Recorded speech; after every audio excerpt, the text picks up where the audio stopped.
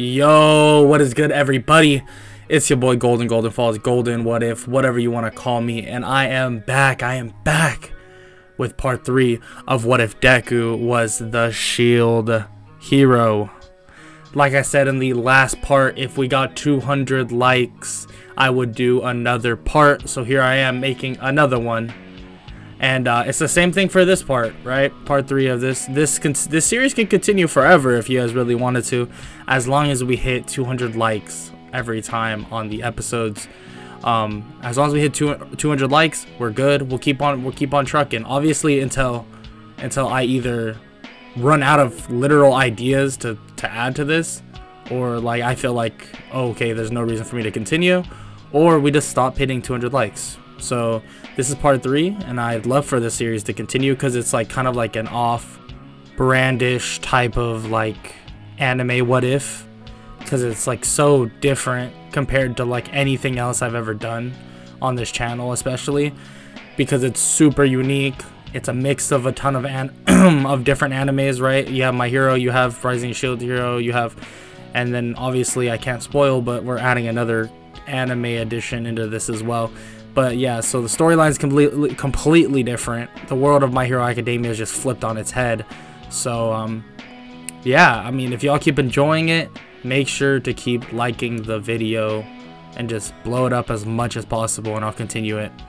And also make sure to check the description below for my link to anime apparel. If you want some sick anime like clothing and stuff like that, you can use code GOLDEN at checkout for basically 10% off of your checkout. So yeah, I mean, if you want that, cool. I'm not gonna waste any more of your time though, and we're gonna get right into the what if. Let's get it. Izuku and his party heads to the support class, and basically to talk with someone who can create armor or different clothing for them, but most importantly, Philo. And when they arrive, a huge explosion occurs and someone lands on Midoriya. Oh, I'm sorry.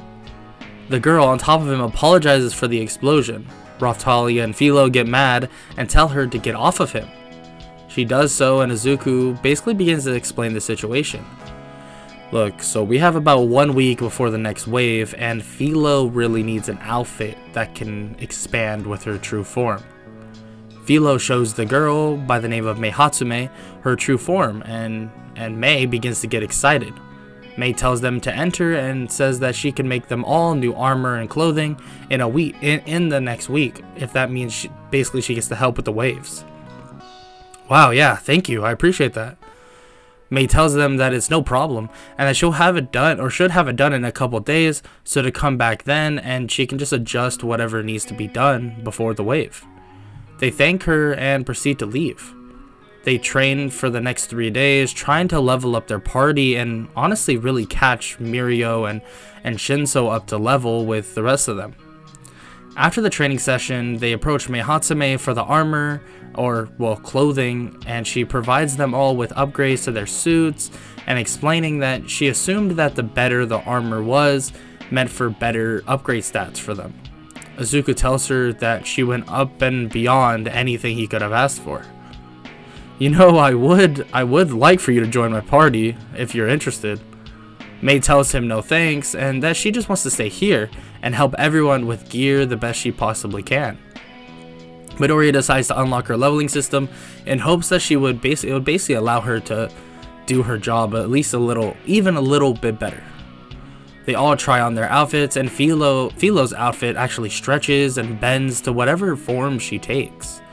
Raphtalia was also given a brand new sword, a lot better than the first one she gained when she basically first found out that she was the shield hero's partner, and when in the beginning of the story. And everyone else just got upgrades to their hero costumes, and they could literally instantly feel the benefits. They head out for the next 4 days, basically to train, and the last day Midoriya decides to create some supplies, which include like potions and such all that he heard how to create over basically this, or learned how to create over these months span. And he basically begins explaining to everyone the plan. Listen, I am sure whatever comes our way, we can most likely handle it now. But it's that big boss that matters to me. That's why Shinso is here. With your quirk, you should be able to neutralize him, and with a combined effort, he should fall, well, I don't want to overstate it, but relatively easily. Shinso tells him not to worry and that he won't let him down. The rest say the same as well, and they continue their prep for the next 24 hours that are left on the timer. Midoriya looks to see that Momo and Kirishima are at level 15, Mirio and Shinso are at level 10, Raphtalia and Philo are approaching level 30, and for him, he is currently sitting at level 25. He continues researching into the leveling system, seeing that the level cap is actually at 40, and that they'll need some sort of ritual to be executed. He isn't sure how to perform it quite yet, but decides to worry about the task at hand first. His team, now ready for the wave, is given basically the message for it to begin and to be teleported over there. They all teleport over together and wait for the wave to start. The crack in the sky begins to shake and tear to shreds, but nothing.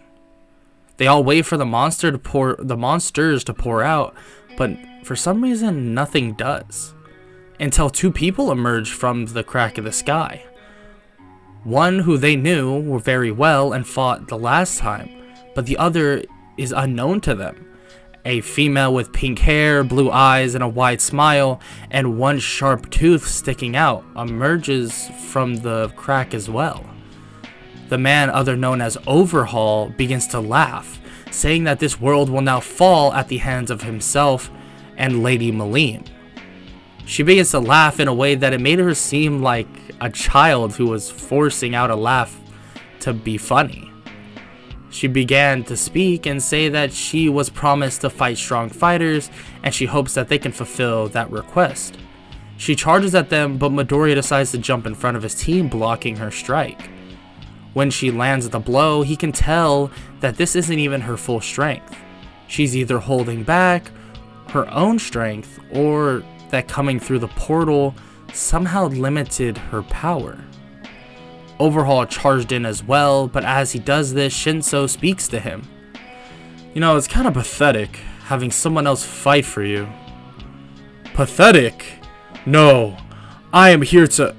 Shinso shuts him up with his brainwash quirk, and Philo and Raphtalia, followed up with Kirishima, attack him, and when they do so, he's killed. They all look on in shock, thinking that he was killed that easily. Malim continues to laugh, saying that he was weak anyways, and she just wants to have fun. Midoriya continues to fight her, and Momo and Mirio try their best to help, but it seems as if no amount of strength can hurt her. Come on, stop blocking! She says this while wailing on Midoriya's shield. Midoriya looks to see Raphtalia and Philo about to attack, and they do so, actually landing a blow. Malim blows them both back though, like it was child's play, and continues to basically try to get through the shield hero's defenses. Malim begins saying that she can tell he is holding something back, and that she wants a fight to be fun, and for their fight to be, well, fun, right? Like a child, and she just begins to throw a mild tantrum while they're fighting. Midoriya begins thinking that maybe this is the best time to try something. Raphtalia, Philo, I need space. They try their best to create space for Midoriya, and they do so. Change shield, time clock manipulation. Time stops, and Midoriya contemplates to himself that basically he may only have about 1 minute of time, and it will take another whole other week basically to be able to use this power again. I can use what I gained from that other pro hero, and it may help me win this fight, but she seems like just a kid. It seems like maybe I can persuade her in a different way. Midoriya, for the next 30 seconds, begins to think that the wave is restricting her, but it feels as if she isn't necessarily part of the wave. It's like she would be, like, that he doesn't even know if she would be sucked away into the wave when time runs out. The time is up for his, well, time manipulation, and he has to immediately block the strike that she throws at him. She laughs, saying that what did that little clock do? Absolutely nothing, confirming that the time did stop basically all around him. First, he decides to do something so risky that it could cost him his life. Wait! Malim stops and tilts her head. The rest of his party even stares in shock. Philo and Rautalia ask what is he doing, but Midoriya just continues. If you stop now, I will personally give you the most delectable food you have ever tried. Midoriya pulls out, according to him, this golden liquid. This golden liquid is pure deliciousness. If you decide to become my ally instead of my enemy, it could all be yours. What? Really? And no trixies? No trixies. I will give you this.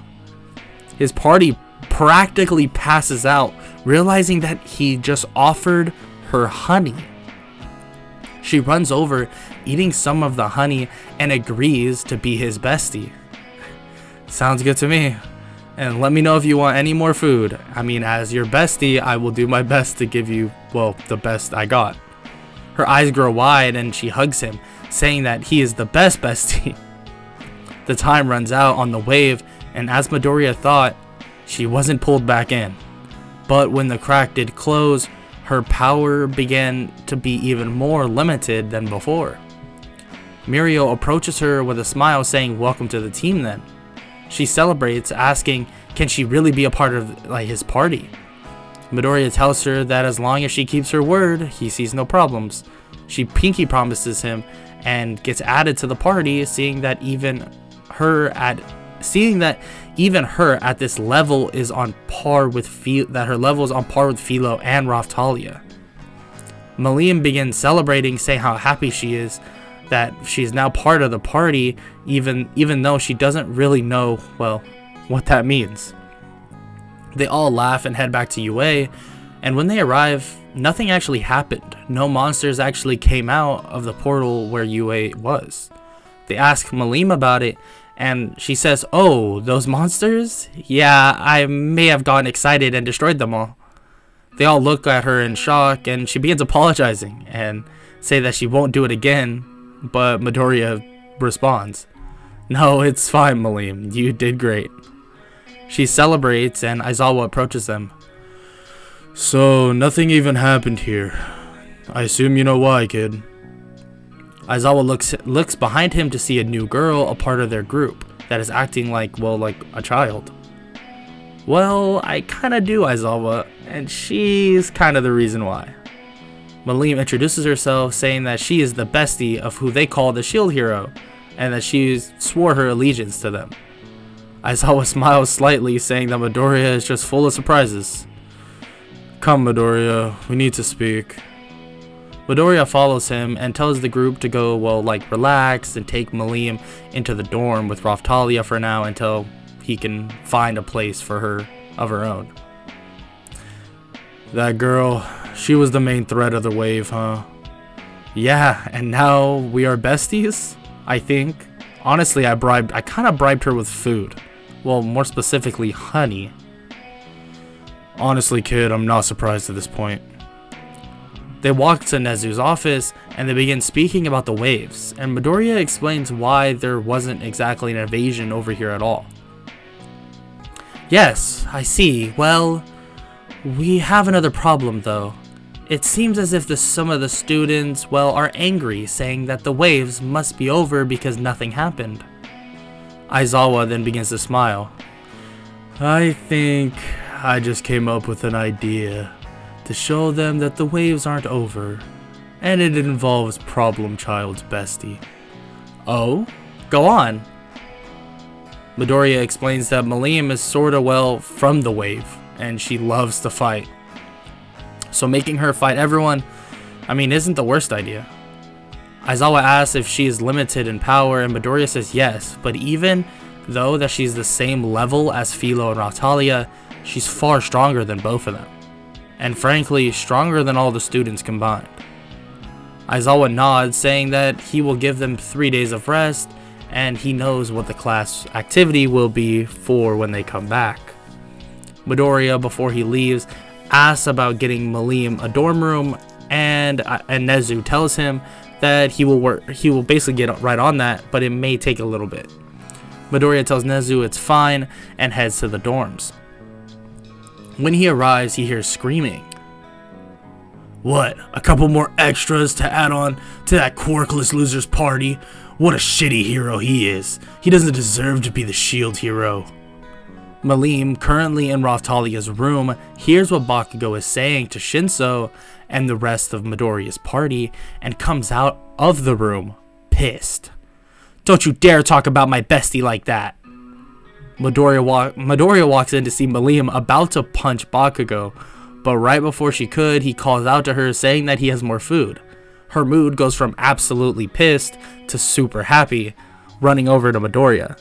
She skips to Midoriya, eats the food, and looks at Bakugo saying he is lucky that her bestie just arrived. Don't worry, Malim, I'm sure you'll get a chance to beat him up. Really, you promise? Midoriya laughs and tells her yes, he promises. Bakugo scoffs, saying that she can't beat him, but as he says this, Midoriya and his party kinda just walk away. They head back to Midoriya's family agency to do some training, and he wants to basically get an update on what's going on. When he arrives, Hisashi greets them, saying that, well, it's been a while. Yeah, sorry about that. Sorry that it took me so long to visit. Been kinda, well, busy, as you can tell. Malim races up to Hisashi and saying that she is so happy that she gets to meet her bestie's father. He laughs and basically tells them all to just call him Hisashi. Hisashi hands over the information and its info on the 3 other cardinal heroes. Yeah, to me it seems like you're saying they're struggling. Is that true, Dad? Yeah, it seems to be that way, son. Soon it may be time for you to, well, try and provide assistance to them.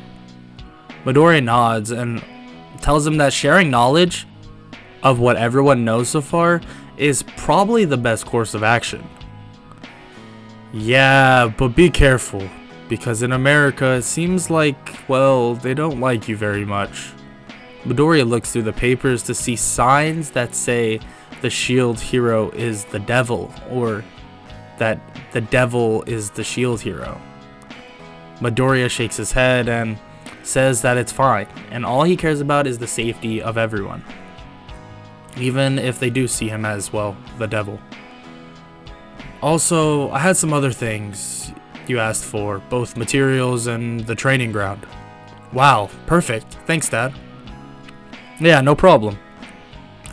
Hisashi shows them the way to the brand new training ground, and he tells them he made these artificial beings based on his party's strength, and it should help increase their level gain.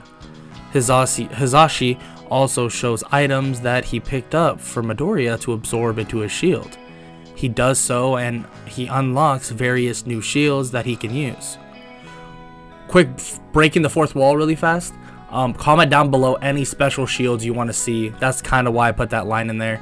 I have some in mind, but I know y'all love to comment like special shields, and I actually got a shield idea from someone during this what if, so comment down below that. And yeah, dope. Okay, back to the what if. Sorry. Wow, this is great, thanks. Yeah, no problem. Now have fun training. Let me know if you need anything. The party thanks him, and they basically begin training against artificial beings that roam the training ground. And now they are gaining 2 times the amount of EXP from before because of the strength of the robots or the artificial beings. 3 days of training pass by, and they all head back to the class and are greeted by Aizawa. Before we begin, where is that Malim girl? Midoriya. Malim appears behind him, saying right here. Aizawa kinda flinches and asks her to sit down. She sits next to Midoriya, and Aizawa begins to explain the plan. As you all know, the wave was a dud this time, but there's a reason for that, and she is the reason. Malim, well, kind of killed the wave before it could actually begin. Now she's part of the Shield Heroes party. The class cuts him off, saying no way that's true and that she just looks weak. Malim is about to stand up and say something, but Midoriya grabs her arm and tells her just to wait. Yeah, thought you would think that. So this is the plan. You will all be facing Malim, and you can see if I'm telling the truth yourselves. Malim begins to celebrate, and Midoriya tells her to calm down first, and he tells her that she cannot kill them, so to make sure to have restraint. She agrees, and Aizawa tells them all to go to the big gym. Everyone heads over to the gym, and the entire class, excluding the party of Midoriya, get ready to fight Malim. She begins to basically laugh and tell her bestie Midoriya to watch closely for the show. I will be watching, Malim. Aizawa then begins to count them all down. Okay, the fight will begin in 3, 2, 1, go. And that is a wrap for part 3 of What If Deku Was the Shield Hero. If y'all enjoyed, make sure to leave a like. Like I said, 200 likes and we will continue the series. If y'all like the addition of like other anime characters, let me know any other anime characters you want me to add. Obviously I have not seen every single anime that some of you comment, but I'm trying to basically watch up on animes and stuff like that. But I really do like these cameos. I think this is a really fun way of going about it, the little cameos that I do. So like I literally, as you guys can tell, I added Malim from that time I got reincarnated as a slime. I thought that was a really fun idea. So yeah, that's about it, and I hope y'all enjoyed.